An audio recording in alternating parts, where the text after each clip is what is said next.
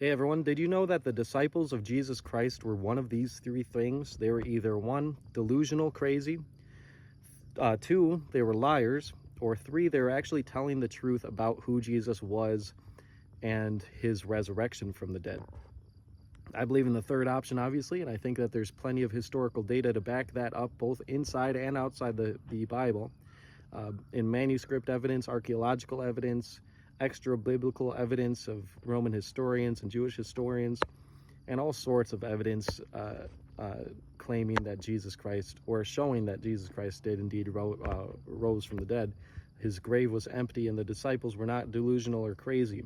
I don't think they were delusional because, one, you would have to experience a mass hallucination. They would have all had to see Jesus Christ risen from the dead at the same time in the same place, and all been experiencing this hallucination all at once.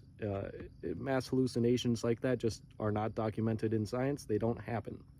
So I don't think it was a mass hallucination. They didn't all see a ghost or think they saw a ghost, things like that.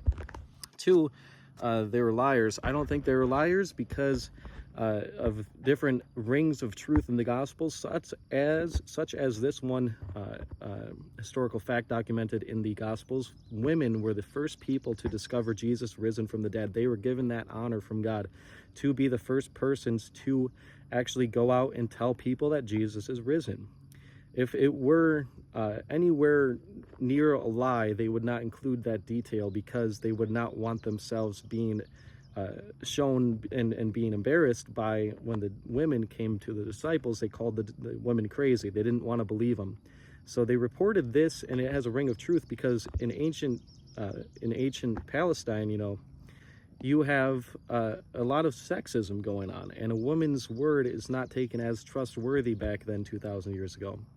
So that's an odd detail to put in if you're going to lie about this whole scheme that you're putting on. So I don't think it was a scheme. I think they told the truth about who Jesus was, and I think that there's plenty of historical data to back that up.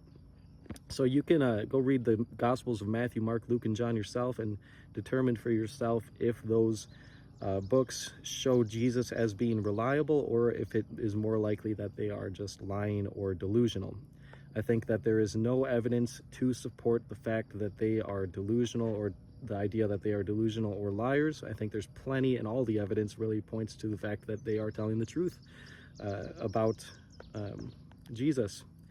So it's just absolutely bonkers. This event happened 2,000 years ago, and the fact of the matter is there's no way around it. People have been trying to disprove the resurrection of Jesus Christ for over 2,000 years, and there is not one legitimate theory that I've heard yet.